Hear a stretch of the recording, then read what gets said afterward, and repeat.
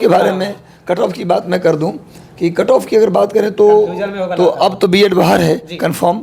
तो मैं पहले भी कहा था कि बीएड के बाहर होने के बाद कट ऑफ बीपीएससी द्वारा सेकंड फेज, क्योंकि फर्स्ट फेज अभी चल रही है बीपीएससी पहली बार जो कंडक्ट कर रहे हैं बीपीएससी टीआरई, फर्स्ट फेज अभी बीपीएससी टीआरई, सेकंड फेज अक्टूबर। देखिए अब आप लोग के बीच एक प्रश्न उठ रहा होगा कि सर जो नेक्स्ट बहारिया आने वाली है उसके बारे में थोड़ा सा मैं उसके बारे में जानकारी देना चाहूँगा। और कट ऑफ क्या रहेगा, सर भी खुश हो गए कट ऑफ के नाम सुन के।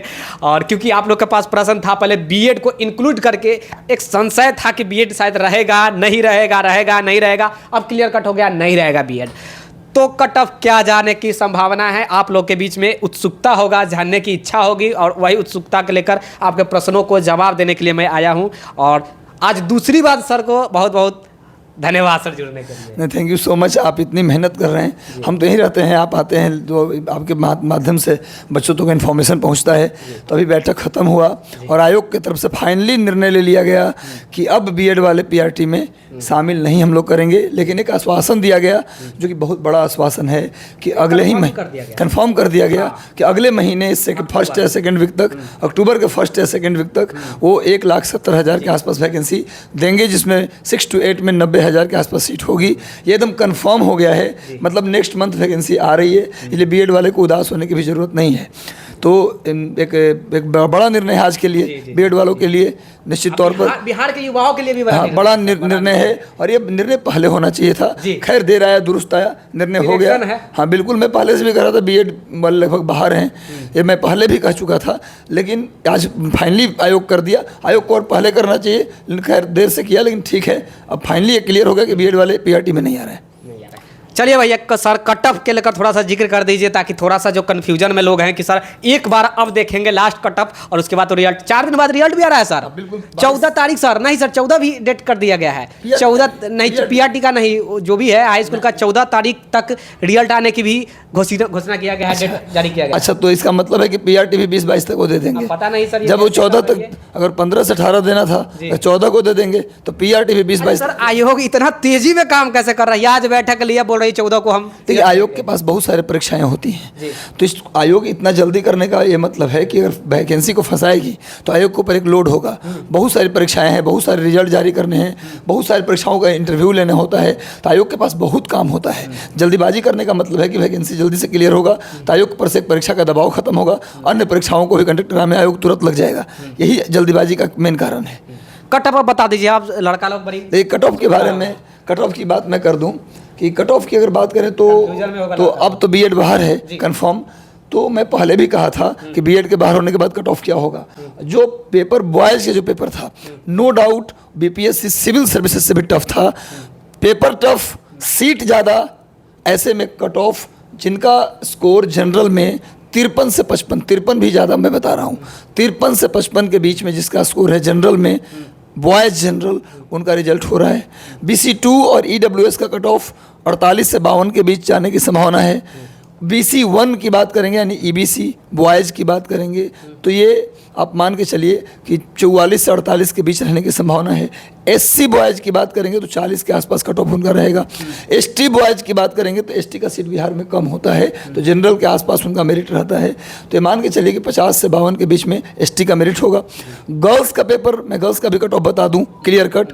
गर्ल्स की बात अगर करेंगे तो गर्ल्स का पेपर नो डाउट थोड़ा आसान था बॉयज़ की तुलना में, लेकिन इतना भी आसान नहीं था कि हवा में उड़ा दिया जाए। मॉडरेट पेपर गर्ल्स का भी था, गर्ल्स का पेपर उतना आसान नहीं था, इसलिए गर्ल्स का भी मेरिट, जिस तरह गर्ल्स की संख्या है, पढ़ाई जिस तरह से उनका हुआ है, जिस बैकग्राउंड से उनका वो बिलोंग करते हैं, बहुत संघर्ष करके आती हैं, फिर भी मैं उनका कट ऑफ बता दूं कि 50 से 52 के बीच अगर गर्ल्स का नंबर है जनरल में, 50 से 53 के बीच है, 50-52, तो उनका रिजल्ट 100% गर्ल्स जनरल में हो रहा है।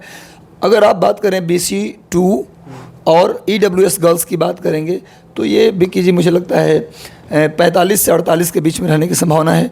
और अगर आप बात करेंगे BC1 गर्ल्स का, तो मेरे अनुसार मुझे ऐसा जो लड़कों को मैंने पढ़ाया है, जो स्टैंडर्ड मैंने देखा है, जो लड़कों का फ़ोन आ रहा है, कितने मार्क्स हैं, उसके आधार पर बता रहा हूँ। सर मैं ग्राउंड जीरो पे था, वहाँ पे जहाँ पे ये बैठक चल रही थी मैं भी था। एक चीज़ और आपको शॉकिंग ब्रेकिंग देना चाहूँगा सर, 10,300 वैसे स्टूडेंट हैं जो बीएड और डीएड दोनों किए हुए हैं, उन लोग को संलिग्न कर लिया गया है। जो डीएलएड का जो भी सर्टिफिकेट अपलोड किए हैं उनको एक्सेप्ट कर लिया गया है। यानी कि 3,80,000 जो बीएड स्टूडेंट थे उसमें से 10,300 को छांट कर डीएड की तरफ इंक्लूड कर लिया गया है। ये भी एक बड़ी खबर है सर। तो ये तो अच्छी बात है ये कि कम से कम जिन्होंने बीएड भर दिया था वो डीएड तो बहुत ही, तो सर आयोग ने पहले भी कहा था, तो ये बहुत अच्छी खबर है। ये लोग यहाँ सेलेक्ट हो जाएंगे तो वहाँ भी भीड़ थोड़ा कम होगा।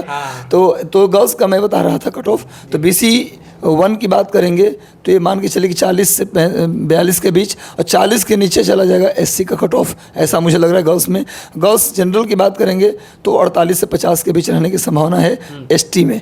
तो ये पूरा कट ऑफ का मेरा अनुमान है, यानी कि जो भी विद्यार्थी 53 के ऊपर है, यानी 53 से 55 के आसपास में है, चाहे वो गर्ल्स हो या बॉयज हो, किसी भी कैटेगरी का हो, उसका रिजल्ट 100% श्योर है।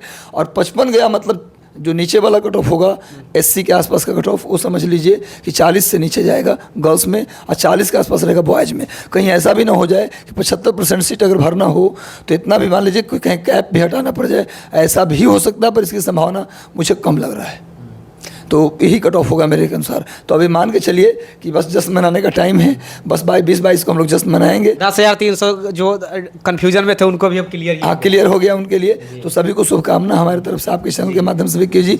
बहुत बेहतरीन नॉलेज जानकारी है बच्चों को दिए, इसके लिए आपको धन्यवाद। और अब तैयार रहिए मिठाई खाने और खिलाने के लिए, ज्वाइन कीजिए और एक देश के भविष्य के निर्माण में अपना योगदान दीजिए। हमारी पूरी शुभकामना आपके साथ है। देखिए ये बहाली बहुत जल्द कन्फर्म होने वाली है, क्लियर होने वाली है, क्योंकि अक्टूबर महीना में घोषणा कर दिया गया है कि नेक्स्ट फेज की बहाली, यानी कि BPSC द्वारा सेकंड फेज, क्योंकि फर्स्ट फेज अभी चल रही है BPSC पहली बार जो कंडक्ट कर रहे हैं BPSC TRE, फर्स्ट फेज अभी BPSC TRE, सेकंड फेज अक्टूबर महीना में ही स्टार्ट हो जाएगा। जैसा कि सर ने भी बताया कि फर्स्ट वीक या फिर सेकेंड वीक में आने की संभावना है। रिक्ति के बारे में 1,70,000 के आसपास रिक्तियां आ सकती है। 10,300 ऐसे स्टूडेंट जो बीएड और डीएड दोनों किए थे उनको इंक्लूड कर लिया गया है डीएलएड की तरफ से। यानी कि आप माइनस कर सकते हैं 3,80,000 में से 10,300 जो भी है आपका माइनस कर लीजिए कि उतने स्टूडेंटों को बाहर कर दिया गया है। यानी कि अब वो आने वाले जो फेज होगी उसमें ही वो 6 से लेकर के 12th क्लास तक के शिक्षक बन पाएंगे, या फिर 7वीं चरण में भी बनेंगे तो केवल माध्यमिक उच्च माध्यमिक।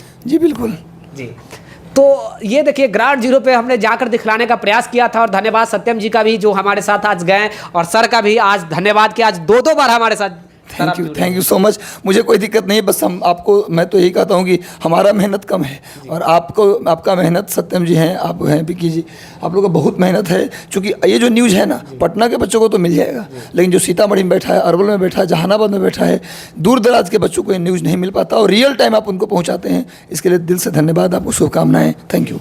अभी BPSC में बहुत सारे ऐसे लोग आए हुए थे, स्टूडेंट आए हुए थे, तमाम परेशानी लेकर। वहाँ पे बहुत सारे स्टूडेंट अंदर में सर मिले वेटिंग हॉल में, बिहार के कोने कोने से आए हुए कि भैया मेरा ये परेशानी हो गया। सारे लोग पहचानते हैं सर, भैया ये मेरा परेशानी हो गया। देखने में मतलब अजीब टाइप का लगता है कि अभी भी लोग कन्फ्यूजन में, बीएड वाले लोग पहुँचे हुए थे, इतना उदास थे, पूरा फेस लटका पड़ा था कि अब क्या होगा हम लोग का, क्या नहीं होगा। और सही बात है सर कि वो लोग एक उम्मीद था कि हम भी कंफ्यूजन का एक बड़ा कारण ये भी था कि नोटिफिकेशन में बार बार बदलाव इतनी बार बदलाव हुआ कि लोग कंफ्यूज तो होना ही था। कंफ्यूजन कुछ लोग को नया नोटिफिकेशन के बारे में पता भी नहीं चला, वो पुराने के आधार पर सब काम कर रहे थे। 10 दिन के बाद पता चला नया भी आ गया अगला आदेश। तो नोटिफिकेशन में इतनी बार जो परिवर्तन हुआ, इसके कारण भी कंफ्यूज लोग थे। पर बीएड वाले के लिए क्लियर कट न्यूज आ गया, तो ये सबसे राहत की बात है कि कम से कम वो आशा में नहीं रहेंगे, अपने मन को मना लेंगे और आगे अपनी तैयारी में लग जाएंगे। और विद्यार्थी अगले चरण के लिए भी हम जी जान लगा देंगे। आपके लिए जितना मेहनत करना होगा हम करेंगे। आपको अगर कोई दिक्कत हो तो आप संस्थान आइए, फ्री ऑफ कॉस्ट जो भी मदद होगा हमारी तरफ से, संस्थान की तरफ से, रंजीत सर की तरफ से पूरा मदद दिया जाएगा आपको। आप बिल्कुल चिंता ना करें, आप बस मेहनत करिए, क्योंकि मेहनत का गुण यदि आपके अंदर आ गया और खुद के ऊपर विश्वास है तो सिलेक्शन श्योर होता है। घबराइए मत, हम सभी आपके साथ हैं। Thank you so much. Sir फिर से आप लोग के लिए दिन रात एक करने वाले हैं, मैराथन क्लास चलाएंगे आप। और पिछले बार भी सर बहुत, पिछले यानी कि 7वीं चरण में भी बहुत मेहनत किए हैं आप लोग के लिए। कोई व्यक्ति किसी दूसरे व्यक्ति के लिए अगर इतना मेहनत कर रहा है सर, अपना कीमती समय दिन रात एक करके दे रहा है, तो भैया क्यों दे रहा है? वो आप ही के लिए ना कर रहा है, आपके भलाई के लिए कर रहा है। 2% ही भलाई अगर हो रहा है तो वो आपके लिए ही कर रहा है। सबसे पहली बात कि 2% ही आपके लिए है। खैर, सही जानकारी के लिए, सटीक जानकारी के लिए आप लोग अवश्य जुड़ जाइएगा। और सर से अगर 2% भी आपको फायदा मिला हो तो सर के साथ फिर से आप मैराथन में मिलिएगा। चलिए, और विशेष जानकारी के लिए द टाइम्स ऑफ भारत को सब्सक्राइब जरूर कीजिएगा, सही खबर, सटीक खबर के लिए। क्योंकि भैया ग्राउंड जीरो पे हम ही दिखलाने का प्रयास करते हैं, बाकी तो घर पे बैठ के डिजिटल बोर्ड पे बहुत लोग बना देते हैं। और हमारे साथ सत्यम जी भी रहते हैं, कहने की कोई आवश्यकता नहीं है। और सत्यम जी को भी एक बार फिर से बहुत बहुत धन्यवाद, और सर को भी एक बार बहुत बहुत धन्यवाद। Thank you, take care, bye bye, have a nice day. तमाम दोस्तों के यहाँ भी फॉरवर्ड कर दीजिएगा, लाइक कर दीजिएगा और सब्सक्राइब कर लीजिएगा। धन्यवाद।